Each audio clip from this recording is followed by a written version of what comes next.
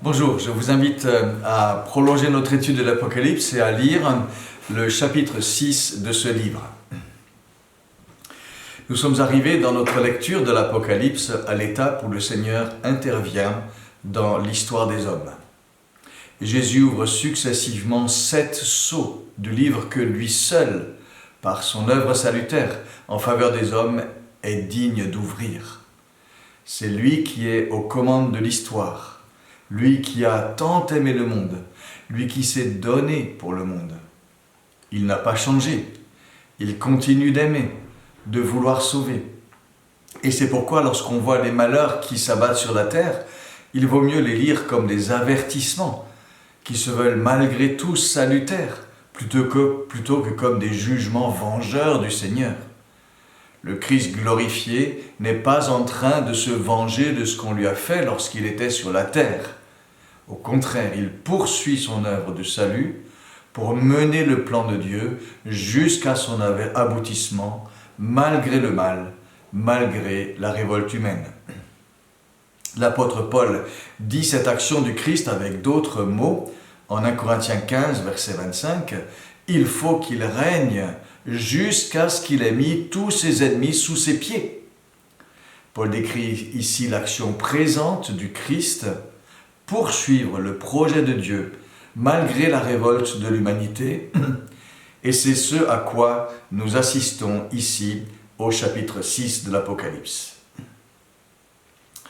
Maintenant, parler de l'action de Dieu dans l'histoire amène l'incontournable question de déterminer quel moment de l'histoire est visé par le texte.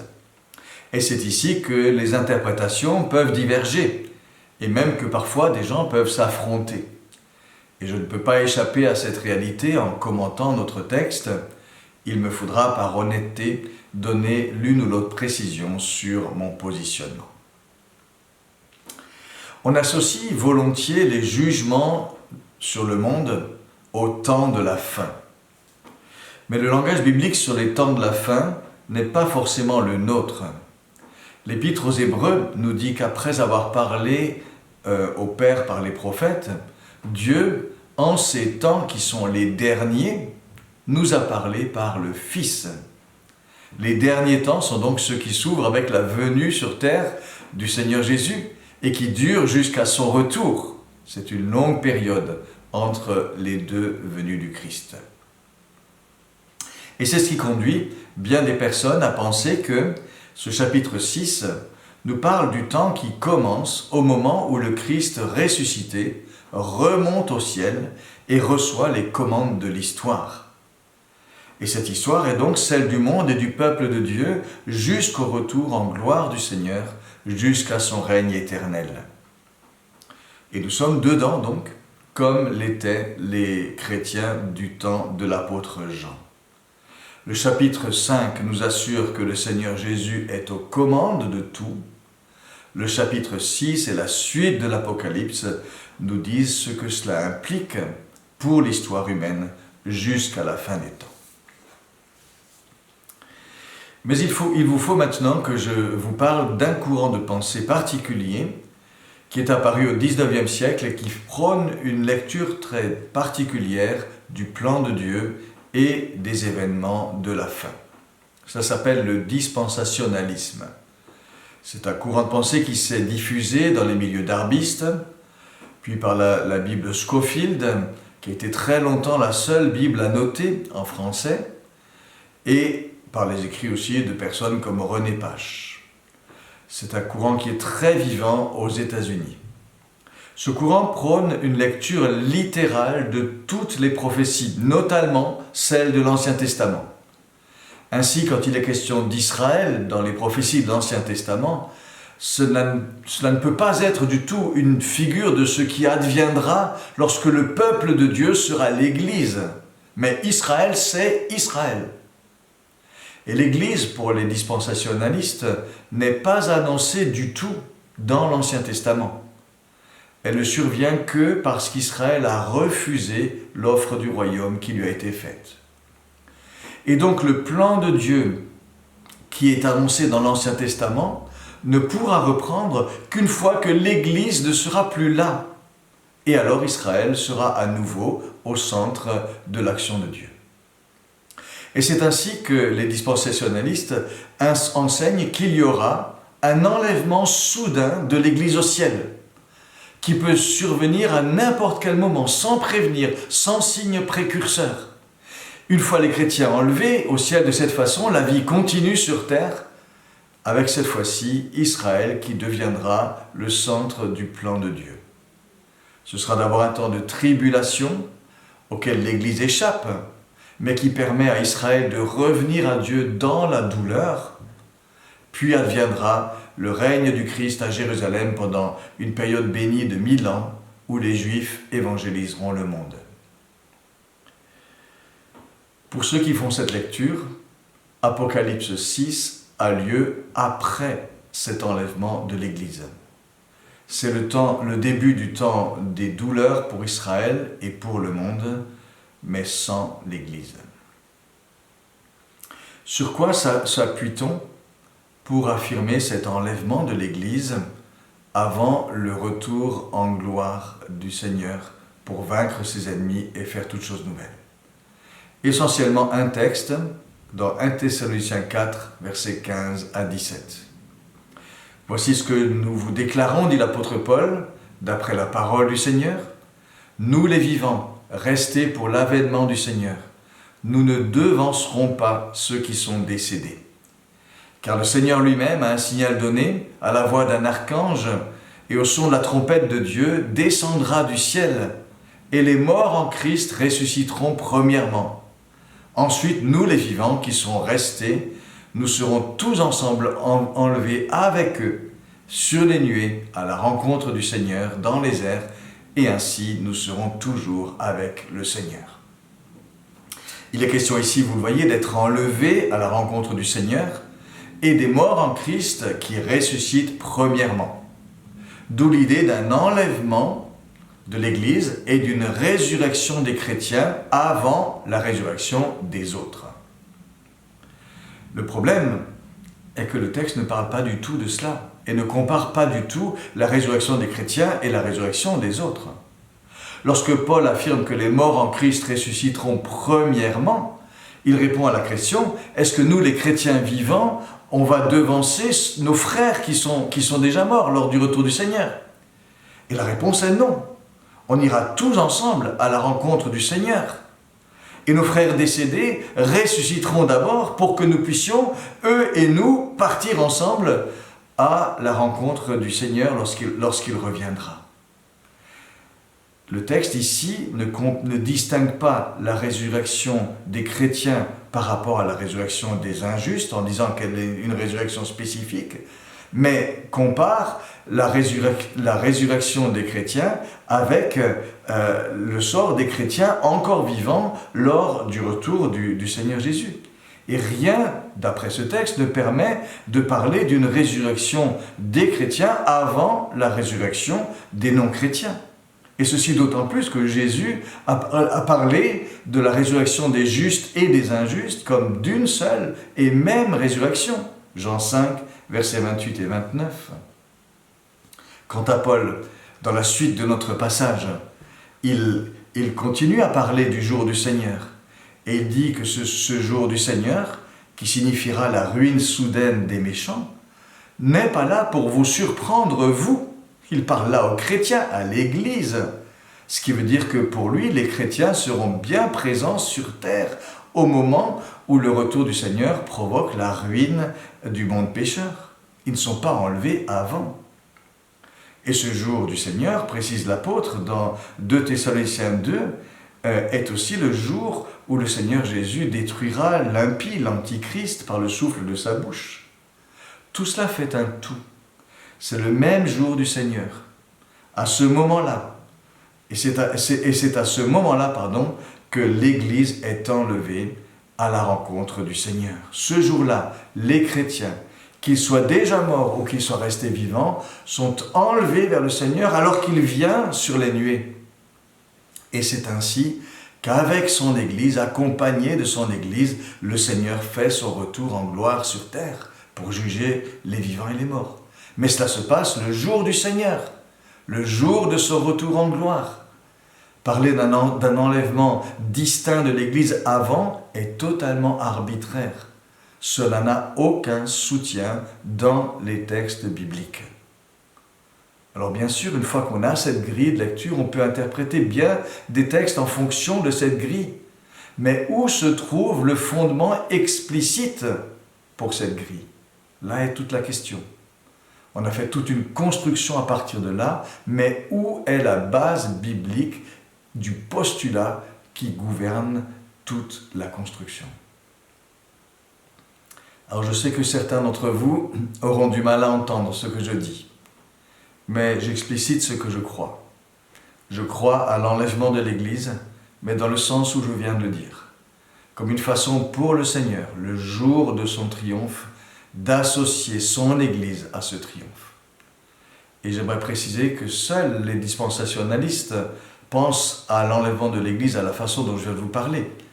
Un grand nombre de chrétiens qui croient aussi, par exemple, à un règne terrestre de 1000 ans du Christ sur la terre, ne partagent pas cette vision de l'enlèvement de l'Église. Les deux thèmes ne sont pas liés, ce qu'on essaye de dire parfois. Revenons à présent au texte d'Apocalypse 6. Il nous présente des jugements de Dieu dans l'histoire sous l'autorité du Seigneur Jésus. C'est lorsqu'il ouvre les sceaux qu'ont lieu toute une série de fléaux sur la terre. L'interprétation dispensationaliste considère que l'Église est déjà enlevée au ciel lorsque cela arrive. Ce qui est décrit dans ce chapitre ne nous concerne donc pas aujourd'hui. L'ouverture des sceaux est le début des malheurs à venir, et ces malheurs concernent Israël et le monde lorsque l'Église ne sera plus là. Et d'ailleurs, toute la suite de l'Apocalypse, jusqu'au nouveau ciel et la nouvelle terre, ne s'appliquera jamais à nous, ne s'appliquera jamais à l'Église. Nous ne le verrons pas, nous ne le vivrons pas dans la position dispensationaliste, parce que l'Église est enlevée au ciel avant.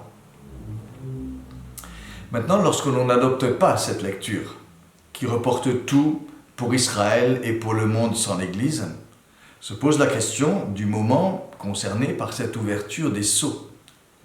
Est-ce que cela représente des jugements de Dieu qui précèdent immédiatement le retour en gloire du Seigneur? Ou est-ce que ce sont des avertissements de Dieu qui peuvent avoir lieu tout au long de l'histoire? La question n'est pas facile. Mais ce qui peut nous aider pour la résoudre, c'est de comparer ces fléaux sur terre apportés par les cavaliers de l'Apocalypse au discours de Jésus sur la fin des temps en Matthieu 24. Dans ce discours, Jésus donne plusieurs signes qui doivent arriver avant la fin, mais qui, dit-il très clairement, ne sont pas encore la fin. Il y a donc des signes précurseurs tout au long de l'histoire, nous dit le Seigneur Jésus. Quels sont-ils, ces signes? Ce qui est intéressant, c'est de voir qu'ils correspondent exactement à ce que nous trouvons dans Apocalypse 6. Il y aura des guerres et des bruits de guerre, annonce Jésus, Matthieu 24, verset 6. Un cavalier qui ôte la paix, Apocalypse 6, verset 4. Des famines, nous dit Jésus, Matthieu 24, verset 7. Un cavalier qui mesure la nourriture de base à un prix élevé, Apocalypse 6, verset 6. Des pestes et des famines, nous dit Jésus, cette fois-ci dans Luc 21, verset 11, un cavalier qui fait mourir par l'épée, la famine et la peste, Apocalypse 6, verset 7. La persécution des chrétiens, nous dit Jésus, Matthieu 24, verset 9, le cri des chrétiens persécutés et mis à mort à l'ouverture du 5e sceau, nous dit l'Apocalypse 6. Des prodiges et des bouleversements dans le ciel, les hommes qui se lamentent avant le retour du Seigneur Jésus, nous dit Jésus, Matthieu 24, verset 29, un grand et total bouleversement, les hommes qui se cachent loin de la face et de la colère du Seigneur, nous dit l'Apocalypse avec le 6e sceau. La convergence est remarquable. Or, personne ne conteste que le discours de Jésus nous présente des signes qui se sont passés pour certains tout au long de l'histoire, et dont certains s'intensifient sur la fin. Et cela nous donne une bonne clé de compréhension de l'ouverture de ces sceaux ici dans notre texte. Alors l'image des cavaliers sur des chevaux aux couleurs évocatrices renvoie à deux visions du prophète Zacharie.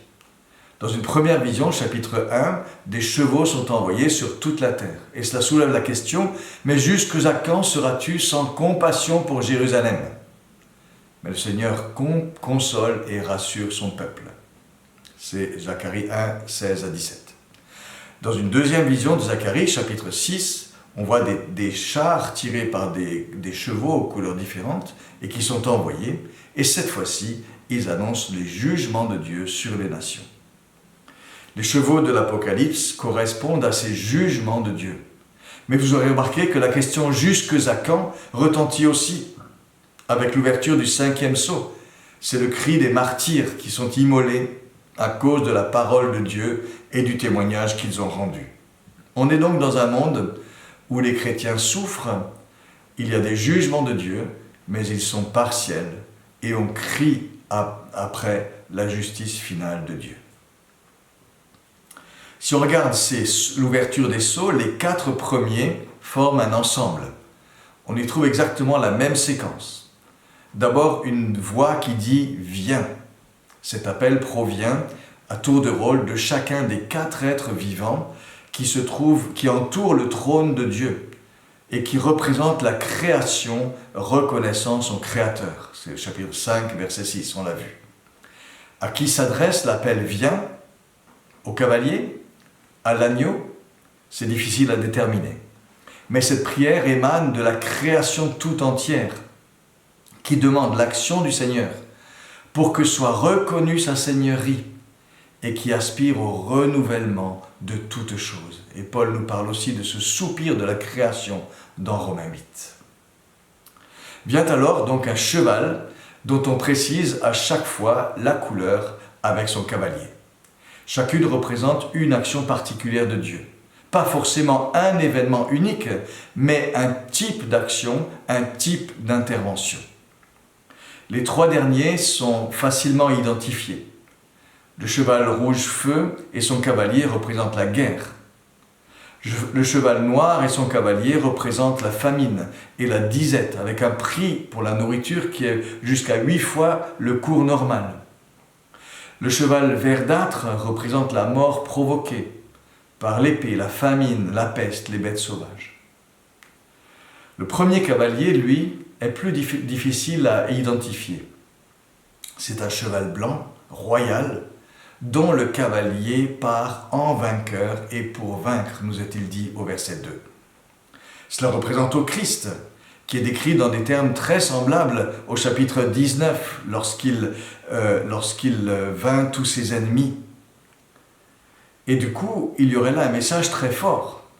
Alors que le Christ commence à ouvrir les sceaux de l'histoire des hommes, il s'y engage lui-même. Et on rappelle qu'il s'y engage en vainqueur et pour vaincre, même s'il y aura bien des combats. Ceux qui voient dans ce chapitre le début de la grande tribulation voient au contraire dans ce cheval blanc et son cavalier l'antichrist qui imite le Christ. Mais est-ce bien envisageable que le Seigneur Jésus invite l'antichrist à venir sur la scène de l'histoire ? D'autres voient dans ce cavalier blanc tous les conquérants de l'histoire, partis pour vaincre, que ce soit les Attila, les Napoléon, les Hitler, dont les conquêtes ont été souvent de vrais fléaux pour la terre. D'autres voient dans ce cavalier l'annonce de l'Évangile, qui doit être prêché à toutes les nations avant le retour de Jésus. C'est un peu difficile à déterminer ce que représente ce cheval blanc et son cavalier. J'opterais plutôt pour dire que c'est Jésus. Sylvain Romerowski se penche plutôt pour dire que ce sont les grands conquérants. Dans le premier cas, le premier sceau a vraiment un relief particulier, il annonce la victoire déjà au moment où on commence. Dans le second cas de figure, tous les sceaux représentent des jugements. L'ouverture du 5e sceau introduit une autre scène qui se passe cette fois-ci au ciel. J'envoie les âmes, dit-il, des martyrs qui ont payé par leur vie leur témoignage fidèle au Christ. Et on a ici une description de quelque chose de l'état intermédiaire qui se passe entre la mort et la résurrection corporelle. Ces martyrs ont été égorgés ou immolés. Je rappelle que immoler veut dire offrir en sacrifice. Le verbe grec a les deux connotations, et dans le cas des martyrs, les deux se rejoignent, égorgé, immolé. Il y a aussi un parallèle avec l'agneau, qui lui aussi a été immolé. Ces âmes sont sous l'autel. Cela confirme que l'on considère que leur vie est offerte en sacrifice à Dieu. Mais cet autel est dans le ciel, devant le trône de Dieu, car cet autel est situé là. Apocalypse 8, versets 3 et 9, 13 le précise. Ces âmes sont dans la présence de Dieu, reconnues pour leur fidélité jusqu'à la mort. Ces âmes sont conscientes, car elles crient à la justice de Dieu jusque à quand. On s'étonne de leur prière, qui tranche avec celle de Jésus ou d'Étienne, qui demandait le pardon pour leur bourreau. Mais la demande de justice, jusque à quand, Seigneur, tardes-tu à nous rendre justice, concerne ceux qui ne se repentent pas de leur méchanceté. L'amour des ennemis souhaite leur pardon, bien sûr, s'ils se repentent. Mais là où il n'y a pas de repentance, il est légitime de demander que le mal commis soit jugé pour rétablir ce qui doit l'être, pour rétablir la justice. Et la réponse à cette prière des martyrs est d'abord de leur donner une robe blanche à chacun, verset 11. Et cela dit la justification, la justice que Dieu nous donne, mais aussi la participation à sa victoire. Et on notera bien que c'est donné à chacun. Dieu n'oublie aucun de ses témoins fidèles. Et ils sont invités au repos, nous dit le verset 11. Non pas au sommeil, mais à la paix dans la présence de Dieu. Et ceci pour un peu de temps. Une façon de dire que la fin viendra sûrement. On est dans la dernière étape. Mais avant cela, d'autres compagnons de service doivent les rejoindre pour qu'ils soient au complet. Ce qui veut dire que la persécution continuera jusqu'à la fin. Mais cela n'échappe pas au contrôle de Dieu. Et surtout, chacun de ceux qui payent leur fidélité au prix de leur vie est recueilli auprès de Dieu et revêtu par lui de l'habit du vainqueur. La rupture du 6e sceau provoque la venue du grand jour de la colère de Dieu et de l'agneau. Il est venu ce jour. Qui peut échapper ? Dit le verset 17. C'est ce que les prophètes appelaient le jour de l'Éternel. Et cette expression pour les prophètes pouvait désigner des jugements ponctuels au cours de l'histoire, mais aussi le jugement final et universel de Dieu, comme en Joël 3, verset 4.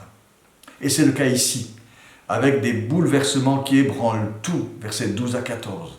Un tremblement de terre immense, l'obscurcissement du soleil, de la lune, les astres qui tombent sur la terre comme les figues d'un arbre qu'on secoue, le ciel qui se retire comme un parchemin déchiré qui s'enroule sur ses deux supports, les montagnes et les îles qui vacillent. C'est la fin du monde, dans des termes semblables à ceux qu'emploie Jésus dans Matthieu 24, verset 29. Et tout cela suscite la terreur de tous les hommes, y compris les plus puissants, verset 15. Tous se cachent, totalement épouvantés par la colère de Dieu, et ils demandent aux montagnes de tomber sur eux plutôt que d'affronter cette colère du Seigneur et ses jugements. Et on voit ici comme l'orgueil et la suffisance des hommes sont réduits à rien.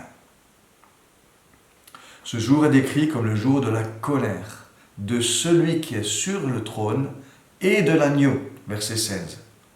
Le Père et le Fils sont unis dans ce jugement. Le texte parle de leur colère.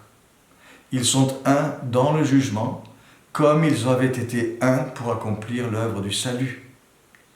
Et ces versets doivent nous garder d'une vision édulcorée de la réaction de Dieu face au mal. Mais l'expression « la colère de l'agneau » rappelle que c'est la colère de celui qui d'abord est le premier à donner sa vie pour le péché du monde. C'est tout sauf une vengeance aveugle. C'est la justice de Dieu contre la révolte humaine après avoir tout fait, après avoir tout endossé pour permettre d'y échapper. et rejeter ou négliger Dieu nous accumule un trésor de colère, comme le dit l'apôtre Paul dans Romains 2, verset 5.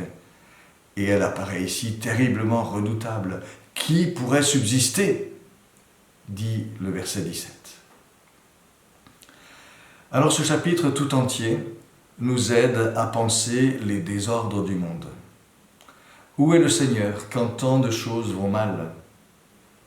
Il reste au contrôle.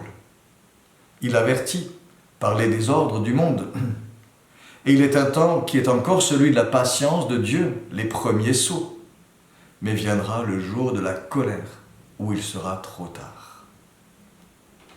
Ces désordres du monde, ainsi que la persécution des chrétiens, se présentent de manière récurrente, tout au long de l'histoire. C'est ce que disait Jésus déjà, dans Matthieu 24, les versets 6 à 10. Ils servent d'appel, d'avertissement. Ils nous disent que le monde passe, que sa fin viendra sûrement. Ils sont des signes qui doivent nous maintenir en éveil. Mais ils ne sont pas forcément le signal qu'on entre dans les tout derniers temps. Avant le coronavirus, il y a eu des épidémies successives de peste aux ravages effrayants. Mais le quatrième sceau montre une universalisation des fléaux qui se conjuguent. Un quart de la terre est touché, nous dit le verset 8.